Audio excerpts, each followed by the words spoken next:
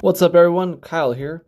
I am super excited to share that my audiobook version of Travel Tips is up now. You can find it on Audible, Libro.fm, and anywhere else that you get your podcasts. Go check it out and buy a copy. It also has 30 minutes, a little over 30 minutes of bonus commentary that isn't in the actual book, so that's a little added bonus. But go check it out. I appreciate all the support, and I hope you guys enjoy the episode.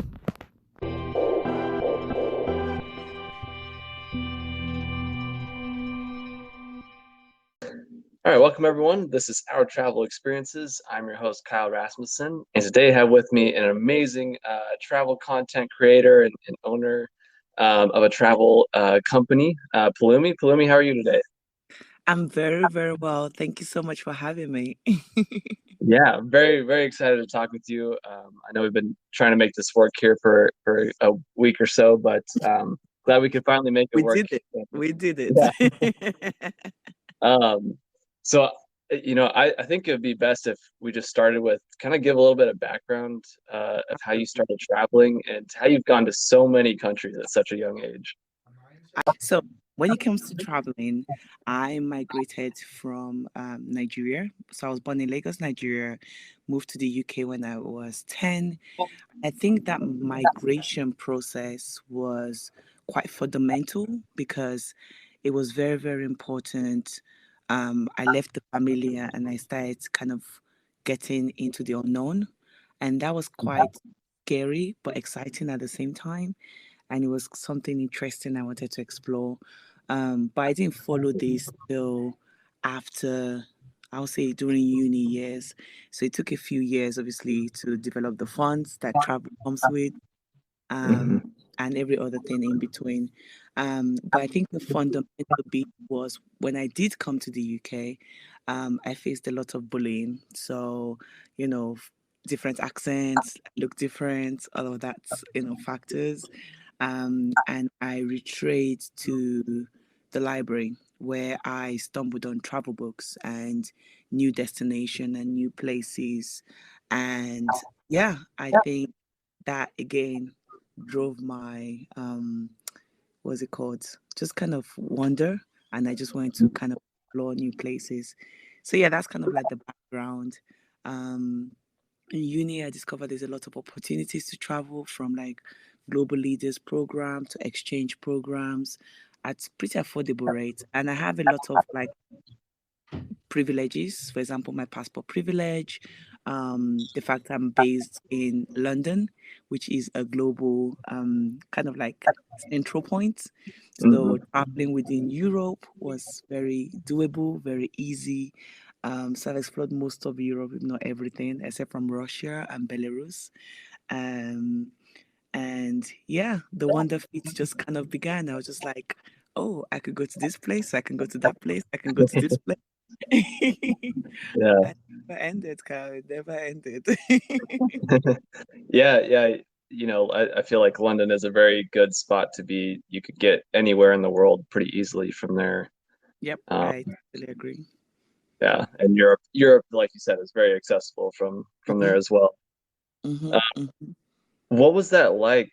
That experience of, you grew up in Nigeria, you were there for 10 years, and then you went mm-hmm, to UK, which, mm-hmm. totally different place. You're on a different continent. What was that experience like?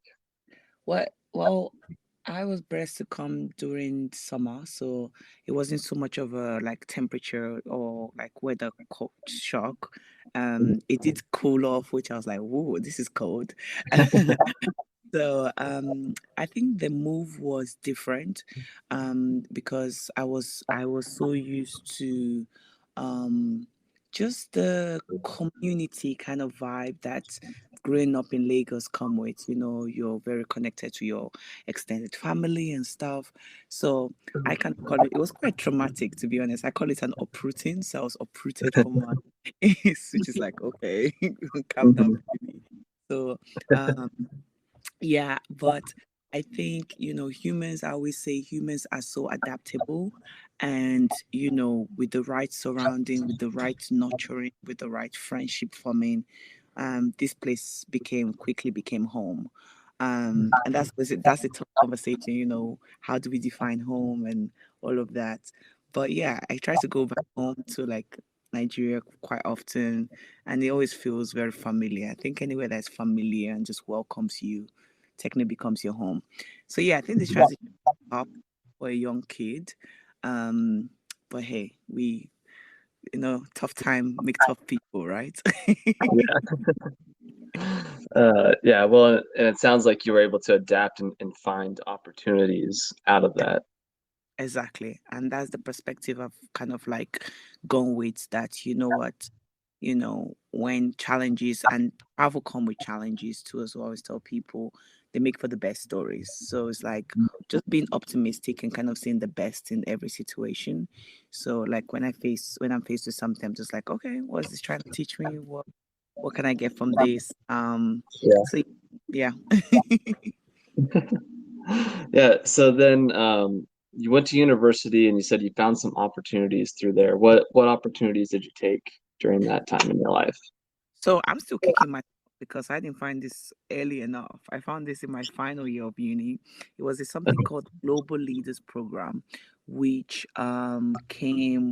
which is basically like it's not really a full-on exchange program, but they allow you to go to different places. So you can go to like India, Singapore, different places just to explore the culture. So my Mhm. final year was like the last day of submission. Someone was just on the computer and I was like, what are you doing? And they're like, yeah, I'm applying for this thing and we can go to India for like $300, something like that. Like they pay technically for the flight, the accommodation, the food, and you just kind of just put this small token. And I was like, you're joking. Like India? Like how am I on the computer applying to as well? Oh, and they're like, yeah, I went to Malaysia last year. I'm like, last year? Why didn't you tell me? Uh, there was an Wow. opportunity. I remember getting home and I was telling my mom, like, and a week later, obviously, I got the acceptance email. So after I then told my parents that, oh, FYI, I'm going to India. And I think I think that's the joy of, when I was in uni, I took on like, coaching, like teaching and stuff. So I had a bit of a savings. And there's a very difference between asking for permission and telling people you're going to do something. So with India, I was telling them, I was like, it wasn't a case of, oh, I need money to go to this place. It was like, going to India. and, Uh-huh. and my folks are like, India? Who do you know there? What? And I'm like, I don't know. I think it's the Taj Mahal. There's the stories I read when I was back in primary school, and I was just like, this was just a place I booked map, and for such an affordable price, I wasn't gonna make. I know that thing. Now I just grab opportunities. Like I don't care. I'm going. So Mm. yeah, so that was something. But I always tell college, if that's something, I always tell uni students, just take advantages. There's just so many things from extracurriculum activities to just kind of like, yeah, exchange program. I wish I did like a full year somewhere else or like an industry kind of work. I think sometimes we're such a rush to get through the uni process, but really taking every opportunity, going to the career place and just saying, hey, do you have any travel kind of like experiences and stuff? And you'll be surprised the opportunity that's available to you a lot. Yeah, yeah. Wow. Yeah. So if you would have found that in your first year, how many Oh, trips have gone on? I think probably all of them that they offer. I think they did do it like a yearly stuff, but they probably had other opportunities. This was just one that I was able to take advantage of. But like in hindsight, now that I've gone through like postgraduate education and all the rest, I'm just like, wow, there's so. I was spoken to other uni students, and they're like, yeah, I did an exchange program, or I did this supplementary program, or I went here for a couple of months, and I'm like, what? This stuff was there. So yeah, I think in hindsight, it's just like, but hey, I was able to go to the one, so I'm happy with that. Yeah. How did taking advantage of that and going to India, how did that kind of shape your love for travel moving forward? Oh, it changed it. I think that was kind of like I said, I was very, very I became quite comfortable with travel within Europe, for example. So Mhm. like, but that was far and it was foreign and it was different and it was exciting and scary. And it was just a case of the fact that it just affirmed that belief that if I decide I wanted to do something and I went for it, um, anything was achievable. And I think that's the joy of travel. It doesn't just influence the travel sphere, like your travel habits, it kind of extrapolates to the rest of your life. So I'm just like, wow, what other opportunity am I missing out on in life that I could be more proactive about? What other things, am I waiting for permission from other people? And how can I be more active about it? Just the same way I reached out to you for this podcast. Mhm. It's like, hey, sometimes you just got to create the opportunity. I think sometimes we wait for opportunity to Mhm. come to us and we just need to be out there creating it in a way. Yeah. If you don't ask, you don't get.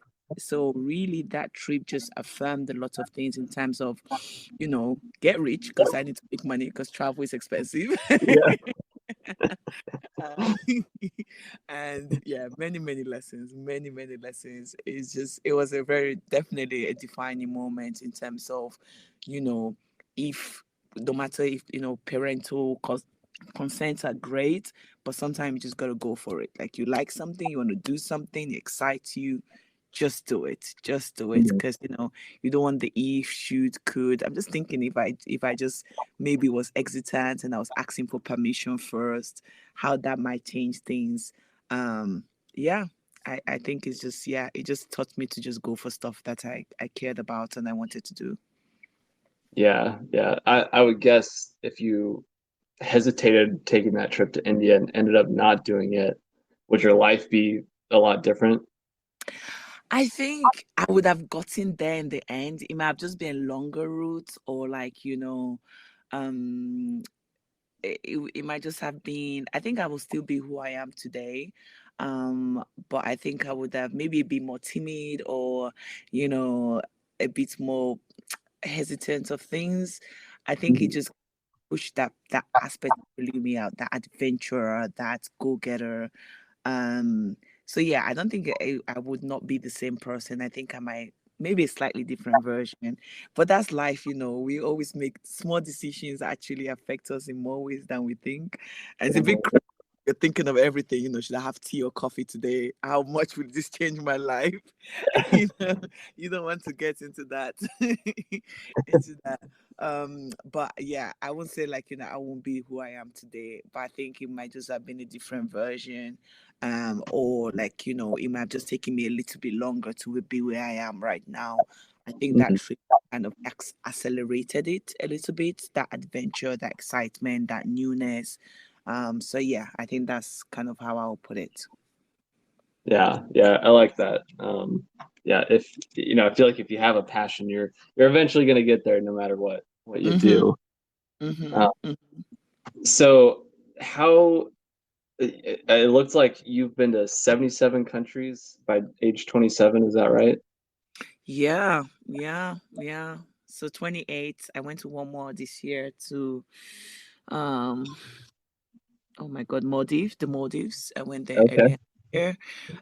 This year I've not really done new countries. I've been like a repeat offender, going to old places and stuff like that. And I've been sitting my butt down a little bit because I built my travel company. I'm like, okay, it's good to sit down for a bit. But I am planning to explore some Middle East country later in the year because I'm based half in London, half in Dubai right now. So I'm just Okay. like make advantage of that and explore the Middle East and countries around there. But yeah, 78 countries at the age of 28. I'm 28 now. Wow. Um, it's been exciting. Yeah. Are you staying for a long time in each place, or just a few days, or does it kind of vary depending on why you're there? It depends on why I'm there. It really, really depends. I've gone to places for like a weekender, like a lot of Europe countries. I was there for a weekend, but like I said, I'm a repeat offender, so I can go for, if you add it all up, it could add up to like, 2 weeks for the amount of Mhm. time I've gone back again and again. I've been to countries where I've stayed just one place for 2 weeks. I've done a month in some countries. I've stayed in 3 months in some countries. So it really, really, really, really varies. I was at one point trying to be the youngest black female to visit every single country in the world. But pandemic put a wrench in that. So now I'm just enjoying the moment and the freedom that um post pandemic hindsight, you're like, damn, like it really was taken for us for 2 years. We couldn't go anywhere. So now I'm just appreciating every trip, old or new country. I'm just ecstatic to be there, honestly. Yeah, yeah. I think the pandemic really puts into perspective that, life is short, and so if you want to do something, you got to go do it. Honestly, like you just gotta go for it. Like we always say we have time, or we said life is short. But I think pandemic really allowed us to see how short life was. Like you're just like, Mhm. dang, you know. So when you lose people in in that tragic moment, it's just like this person had visions and goals and dreams, and they're gone now. So yeah, it really, really, really, really put things in perspective. I was just like, okay, I gotta do things that make me excited about life, yeah. Yeah. Yeah. So then how did you start your travel company? So I was always exploring and I use social media to kind of document um my travels. And I got people saying, "Oh my God, I would love to travel with you. I would love to travel with you. I would love to explore with you." Just because I think the way I travel, I'm very cultural immersive. I love the hotspot. I love the Instagrammable spots, but I try to, get off get on the beaten part, and really just explore, new places, especially from a local's point of view. So I try to make Mhm. friends before I get there, like social media or whatever, or just, get someone that lives there already, to take me around and stuff. Um, People really like that, the storytelling and all of that. I wanted to explore. Yeah, like people, especially post pandemic, everybody has that itch to just go and explore. And then I found that there was a part of the travel industry that wasn't catered to, which was group of friends. So you hear it right now. And I will at one point be the advocate of that. So I'm not judging anyone. You hear it right now. Ditch your friend, travel the world. If you wait for your friends, you will never get to see the world. And as much as that messaging is somewhat true, because I have been able to travel the world with my friends, but there are just some occasion that you do need to travel with your friends, your family, your tribe, the people you love the most, the people you want to create new memories with. So celebration or trip, bachelorette, graduation, reunion. You cannot go with a bunch of strangers to these places. Yeah. Um, or celebrating that way. So I started creating or curating trips, not for strangers. So it's not like, bring a bunch of strangers together and travel together. And there's again nothing wrong with that. But instead, bringing a group of people that know each other, that love each other already, and just want to create new memories over like a celebratory trip. So we've done like from proposal trip to reunion trip. Next, in a few months' time, we got a group of friends going to Bali, and just celebrating their friendship. So just things like that. Because again, you know, these people are the people that matter to us. We do life with them daily. So why don't we travel with them? So yeah, just Mhm. solving that problem within the travel space whereby people want to go with their friends, but they feel like it's never going to make it out of the WhatsApp group. It's hard to plan. We say, bring your Yeah. tribe and we take care of everything. So, yeah, that's what Oremi Travel is about, which is Yoruba, where I'm coming from, my native language, which means my friend. So, yeah. Yeah, I love that. And honestly, until you just said, that you're catering to, groups of people, Hmm. I didn't realize, but yeah, that is a part of the travel industry that isn't really catered to. Yeah. And I was thinking, I have a friend who's at a bachelor party right now, and Hmm. like the coordination that went behind trying to get all of those guys together who are coming from different areas of the country, like it is Mhm. chaos. So to have someone like you to be there and lead them, that's huge. Exactly, exactly. So we take all the worrying, all the planning, all the logistics, all the headaches, all the money, and we sort every single thing. Just tell us where you like to go, what your budget is. That's it. We sort out everything. You just come, have fun, and have beautiful memories with the people you care about. Yeah, I gotta imagine for the people that travel with you, that's gotta be so nice just being able to spend time with their friends and family and just enjoy the trip, not have to worry about Exactly. anything. Exactly. What's been some of your favorite places that you've traveled to personally and that you've been able to take people to?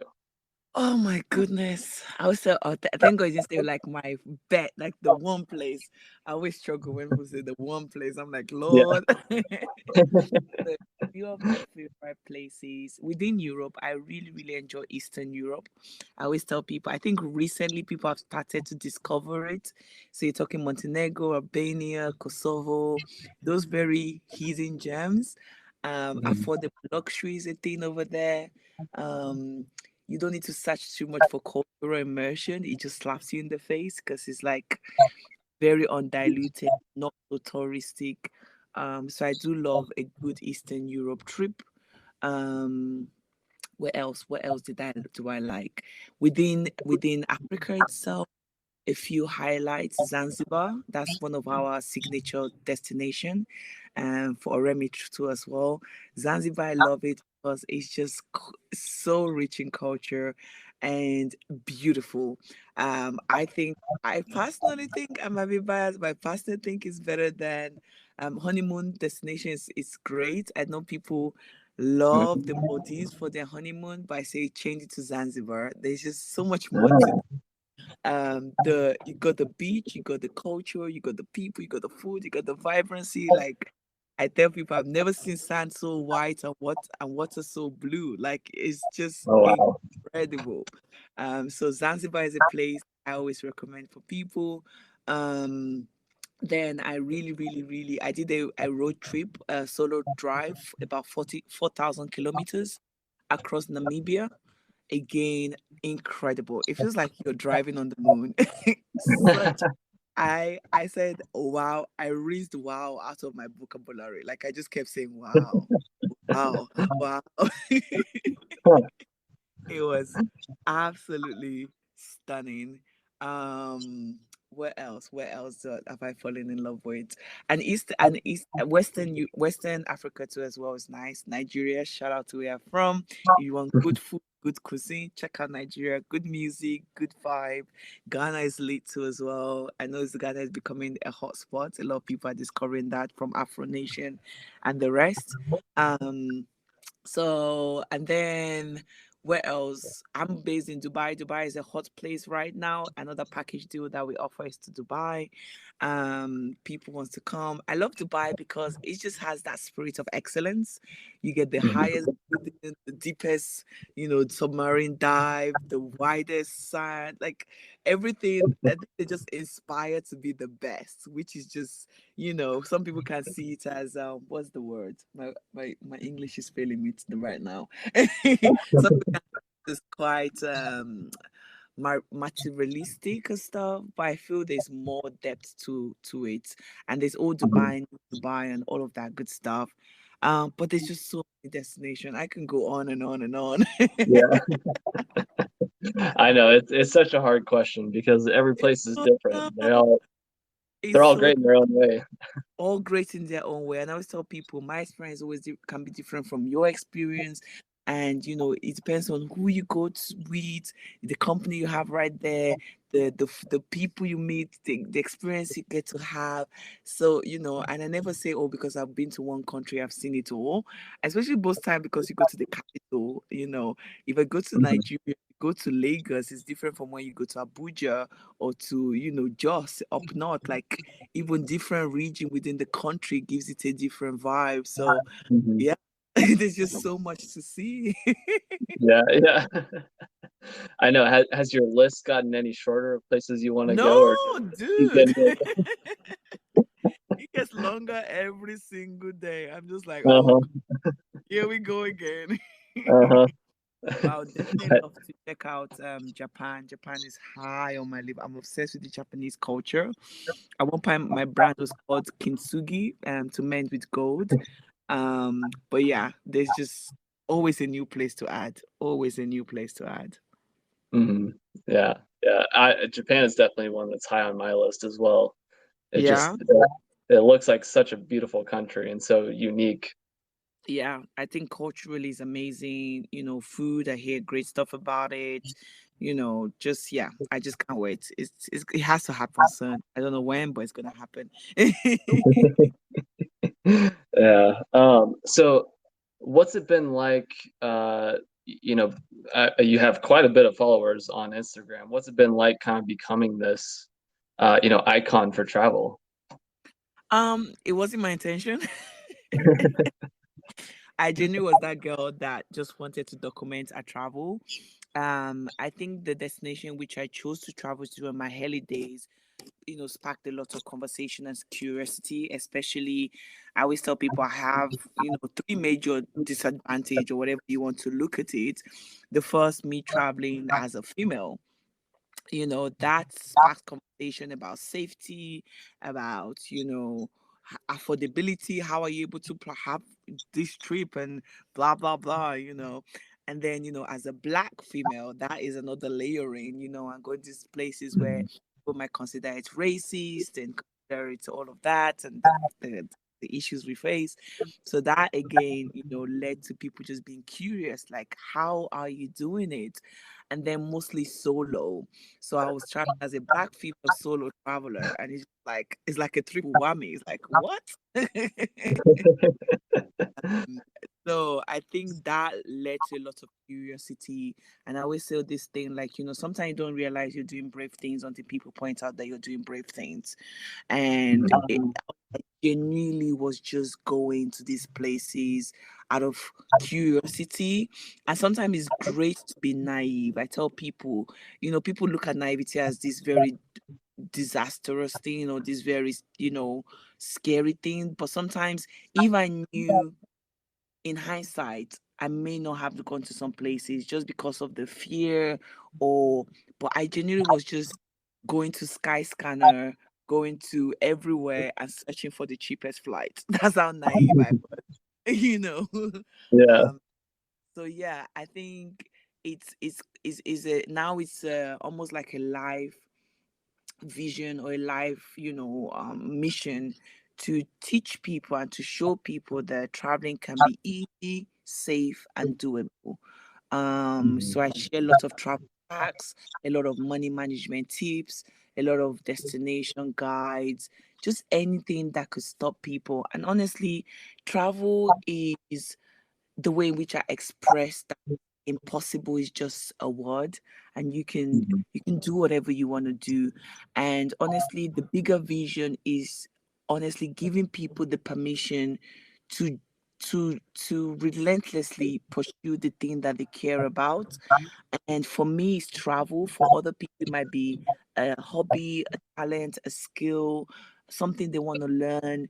And it's just like, if Pelumi can go to that place, I can do this hard stuff. Pelumi Mhm. can, do this crazy adventure.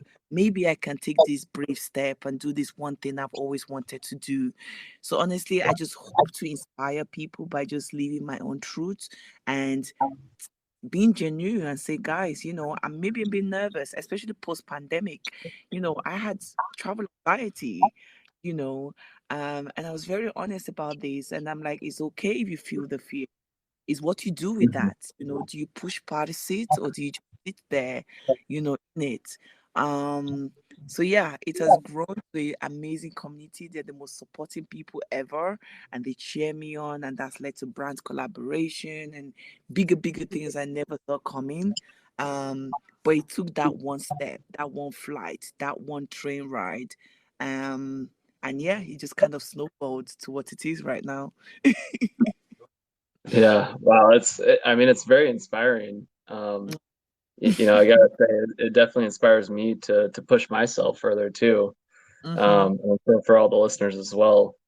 You're Um, doing amazing. Like I'm so I'm so cheering you and I love the conversation and dialogues you have. And I think it's so important to have this story. I tell people one of our greatest assets is our stories, and you just being able to allow people to share their adventures and share their stories on this platform. Like, thanks for this, man.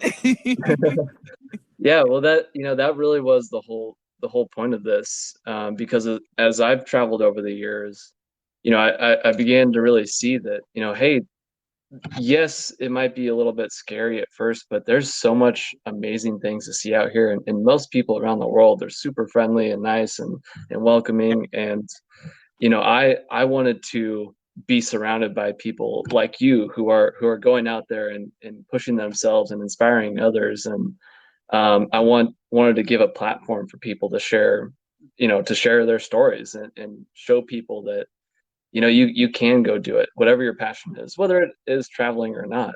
You Hmm. can, Hmm. if you set your mind to it, you can do it. Yeah, I Yeah. agree. Um, I do have to ask, as a Black female solo traveler, did Hmm. you have you had any issues traveling? Yeah, obviously, that's unavoidable. I think two things. I think the mindset and the what's the word? And the energy in which you go into places are quite important. I think a lot Mhm. of people, don't give destination a chance. I think they go in there with so much fear and so much um preempted, like they feel scared of the place, and Mhm. when one bad incident occurs, it ruins their whole stay. And so I give you an example. This place you already have in your mind that, oh my God, they hate me, they don't want me in their country, they're racist, blah blah blah blah blah, and it's piled up. And then going through passport security, and the person is like, move to this queue or go somewhere else, and straight away they're like, oh my God, here we go, he affirms everything, and then the whole place is racist. So I'm not I'm not discounting the racist encounter people face, or Mhm. the bad treatment that people might face, but I feel like how we go into spaces, I could just categorize that this is having a bad day. Got nothing to do with me. Got nothing to do with the way I look. Got not the way I am. Is genuinely this person. And sometimes it could be that. Sometimes it not be that. But if it gives me inner peace and it gives me a sense of, belonging and just not harboring any hate, then I'll rather lean towards that. I've been called racial slang. I've been, told that a restaurant is filled up and they have no seats, and literally few minutes later someone else come in and they're sitting all of a sudden, so those kind of things have happened to me. And you could just see clear, difference in treatments in the hotel stay, and asking, and who are you with, and we're just like, I'm alone. Does that mean I can't get served? So yeah, I think there's definitely situation that's cropped up, but I'll say, of if you were to put it in like a 99 in a 100% percentile of all my travel experience, it does even make up to 1%. So Mhm. you know what is that? I'll take the experiences, I will take the travel memories, you know, or if even if it's tainted by that 1%, it's Yeah. just so much of a value add to life. So yeah, to answer your question, bad things does happen, but in the greater scheme of things, I I won't give up traveling because of the bad things that have happened, if that makes sense. Mhm. Yeah, yeah, totally. I mean, you can't, nothing's going to be perfect 100% of the time. Absolutely. And so, you can't not live your life just because there is that 1% chance that something bad might happen. Exactly. Uh, I love that. That's really, again, really inspiring to me. What's been some of your favorite experiences that you've had traveling? Some Oh moments my that stand out. goodness. Another hard question for you. Another hard question. You're good with hard questions. Let me think. Let me think. Wow, wow, wow, wow. Okay, so very, very, very, very, very recently, we're talking just a few weeks ago, I did a road trip from London to Lake Como. So I drove my Peugeot 1.107 small engine, and everybody was like, "This car is gonna die on the way." What do you mean? Take a flight, Pelumi. And I'm like, what's the point? I want to be able to drive this damn thing.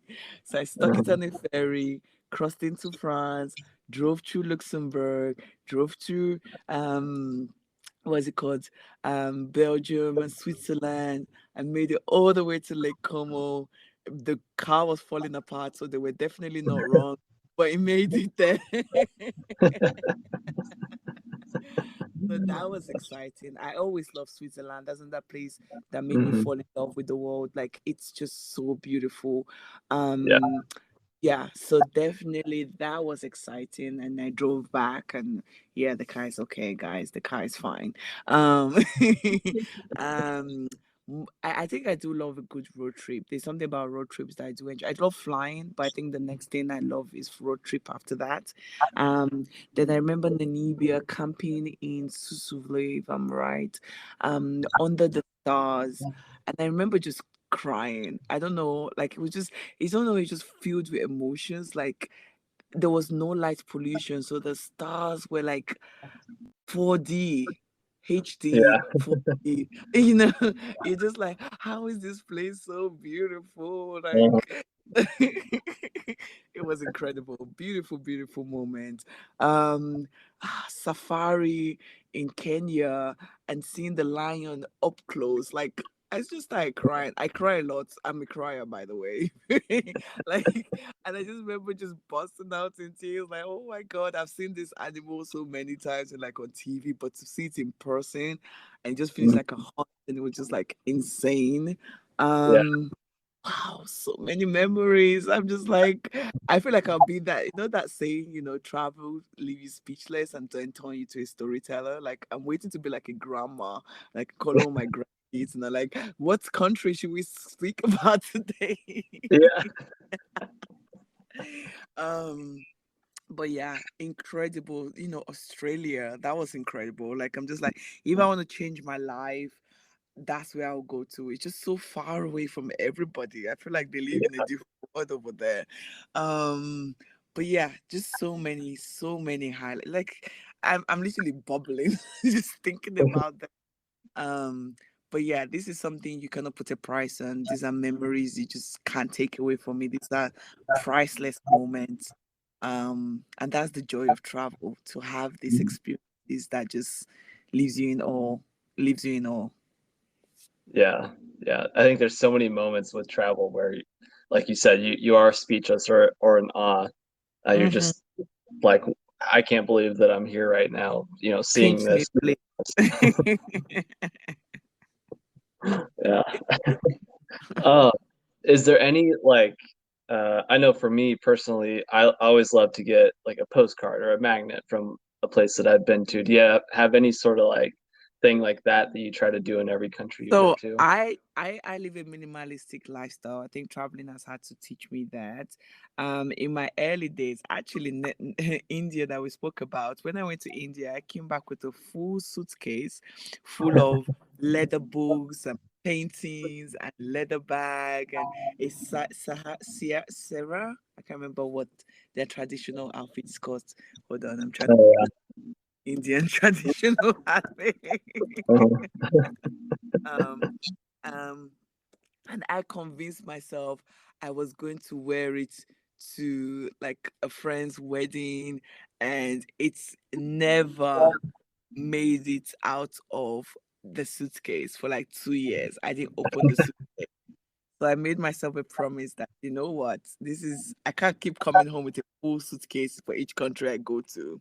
So Hmm. I strictly on one item, one for me, one for my mom. So try right now when I travel, I try to buy something I will certainly use small in items. So usually it's jewelry, so like rings or earrings Hmm. that just reminds me of the place. But for my mom, she's a big fridge magnet um keeper or like collector. So I get a fridge magnet for my mom and I get something small. Small is the key word for me. Even though when I went to Morocco, I wanted to buy a lamp. I'm like, no, Pelumi, you cannot bring a lamp home. Yeah. No, I'm the same way. Everything looks amazing, but Mhm. you gotta be smart and realistic that, hey, It's just I don't have realistic. room for this. Or you're just gonna be a holder. You're just gonna see your house filled with stuff, which is Yeah. great, but no, no, thank you. I don't need that. Yeah. Um, I'm curious, what advice would you give to someone who's, trying to maybe get some of those like hotel collaborations or brand deals or start their own travel business? That is a good question. So I actually created a course called Permission to Pitch. Funny enough, I'm thinking of rebranding it to launch before Q4, which is when brands have like a open budget for Christmas and the festive period and all of that good stuff. And it came from me, working with brand. I just know I remember, before we all had links and the swipe up was the thing. Hmm. Um, it was kind of like, what's the word? My mind just went blank. So it was kind of, you needed 10K followers, you need this high, you need this large following, and that is not true. That is a myth. I think now people are realizing UGC content and stuff like that. You don't even need any following. You just need to be good at creating content. You need to be able to film something. You need to be able to showcase a product or add a review or share something. And I'll say three tips, three major tips. There'll probably be more than three, but three are the ones I'll share. The first is create content that brands can see themselves in. A lot of people feel like I will get the brand deal, then create the content. No, you want to work with hotels. When you travel, create a content showcasing the hotel you stayed in.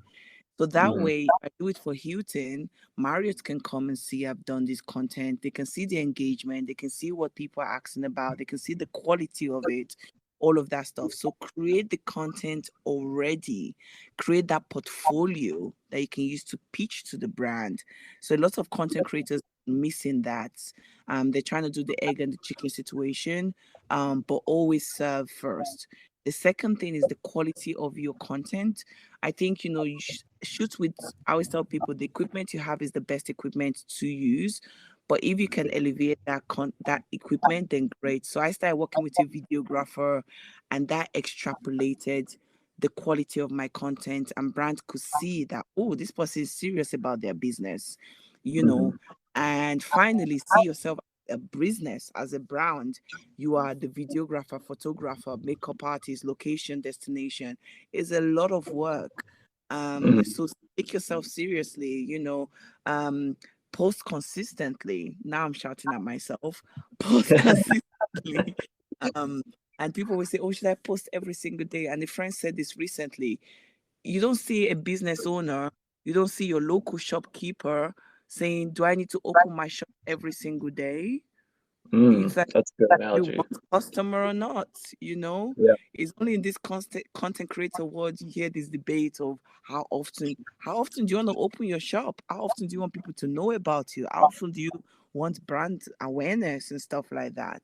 So yeah, I'll say those three. I'll keep on going. But yeah, just putting yourself out there, and yeah, over time, pitch, you get a lot of no's. A lot of people hear no and they're like, oh my god, the world is coming to an end. You will Yeah. not die from a no. It's just a no. And most time it's not even no. Because I always ask, like, is it no, not right now? Or no, never? And sometimes it's Mhm. like, no, not right now. We don't just have the budget, or, this script doesn't suit us. And you can tweak that. You can change that no to a yes. Um, yeah, but some people are just scared to get the no in the first place. But yeah, I could keep going on. This is like a whole podcast. Yeah. No, those are great. great pieces of advice. Yeah, and I'm sure you do have a lot that you could, a lot more that you could share. But that's why people should come to you and use the resources that you offer to learn more. Yes, more than happy. Well, any other travel stories that you want to share, tips or tricks, advice? Um, for people that want to start, people always ask, where do I start from? How do I start? I say just start locally, you know, start with your neighbor. I think people feel travel, you have to go to the other side of the world before you've traveled. And that's not what travel is about. Travel is just stepping out of your comfort zone. Travel is just trying something new. Travel is just experiencing something different. So it could be your neighboring city, it could be, an hour flight away. It could just be trying a new activity within your country, your own city, you know. And when it comes to solo, people say, "How do you do it?" And I'm like, again, get comfortable with yourself. Solo traveling, most people have resistance because they just are not comfortable with their own self.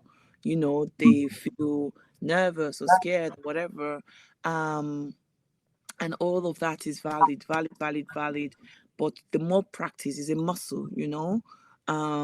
So go on solo dates, take yourself out to dinner by yourself, go to the movies by yourself, just spend more time with yourself, and over time you get to know, oh, I like this, oh, I like that, oh, I don't like this.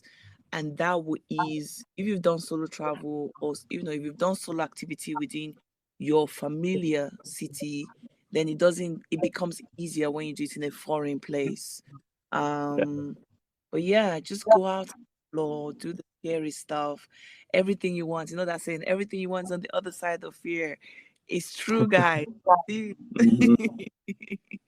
um but yeah, and I just want to thank everyone for listening, man. I always tell people, time is you could be anywhere doing anything, but you chose to listen to this podcast episode. So for that, I'm super grateful.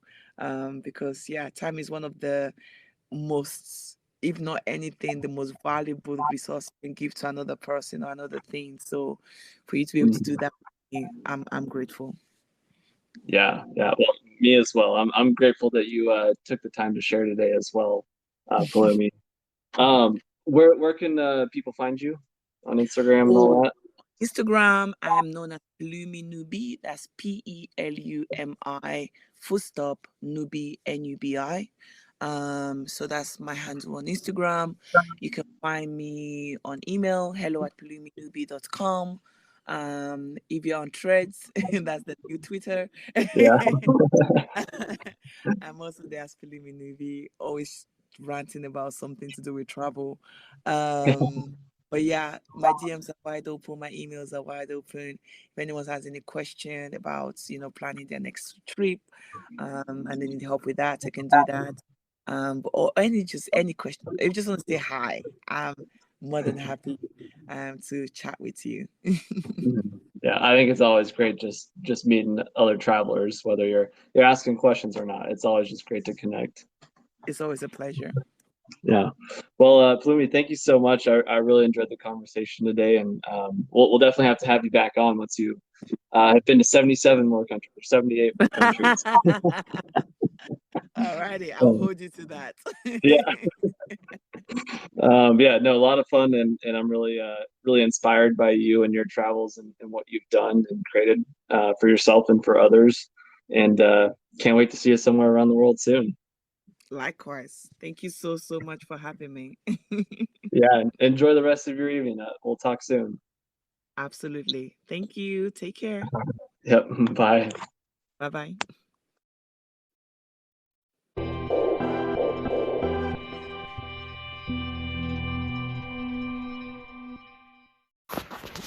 Hey everybody, Kyle here. If you enjoyed today's show and want more, you can always check out every episode on Spotify, Anchor, YouTube, and now Amazon Music as well. Just search for Our Travel Experiences on any of those platforms and it will pop up. You can also find everything all in one place on my website, ourtravelexp.com. And if you want to see my travel pictures as well as travel pictures from guests on the show, you can check them out on Instagram. The page is called Our Travel Experiences Podcast. And if you want to share your own pictures on the Instagram page or be a guest on the podcast, you can message me via that Instagram page or email me at ourtravelexperiences@outlook.com. I would love to see your pictures and hear about your travel experiences, so please send them my way. And if that isn't enough for you, make sure to check out my weekly YouTube show, From Around the World Fridays.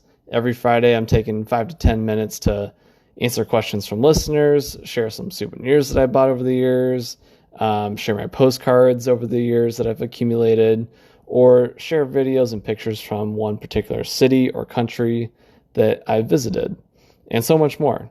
So check it out, guys. You won't be disappointed. And make sure you go subscribe to that as well. Thanks again for listening, and I'll see you somewhere around the world soon.